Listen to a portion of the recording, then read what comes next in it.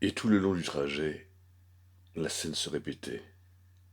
Des hommes ici, plus loin des femmes, des veilleurs de nuit, des pilotes de fusée.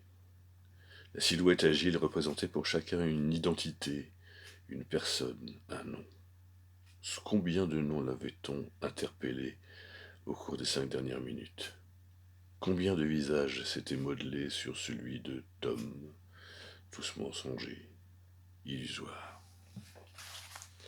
Tout le long du chemin, les poursuivants et les poursuivis, les rêveurs et le rêve, la proie et les molosses.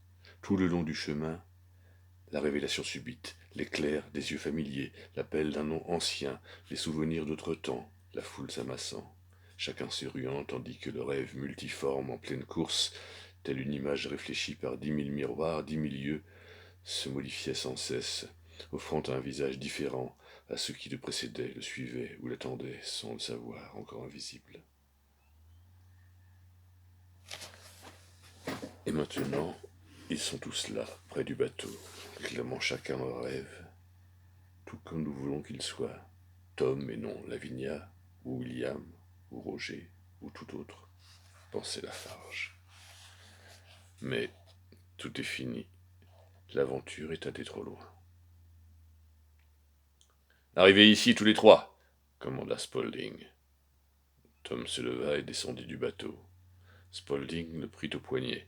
Tu vas rentrer à la maison avec moi, dit-il. Je sais tout.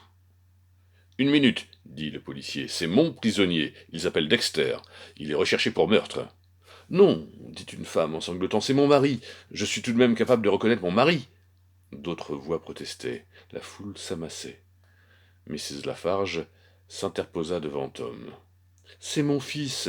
Vous n'avez pas le droit de l'accuser de quoi que ce soit. Nous rentrons chez nous, tout de suite. Tom, lui, s'était mis à trembler avec violence et semblait très malade. La foule se pressait autour de lui. Des bras frénétiques se tendaient, l'empoignaient, le tiraillaient. Tom poussa un hurlement.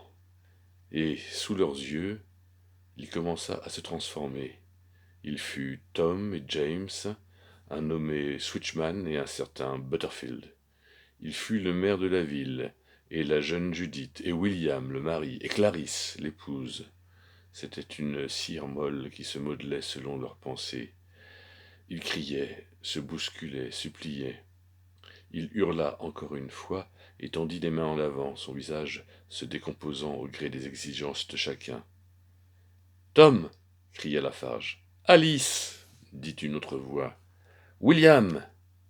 Il lui tordait les poignets, le faisait pivoter en tous sens quand, dans un dernier cri de terreur, il s'écroula.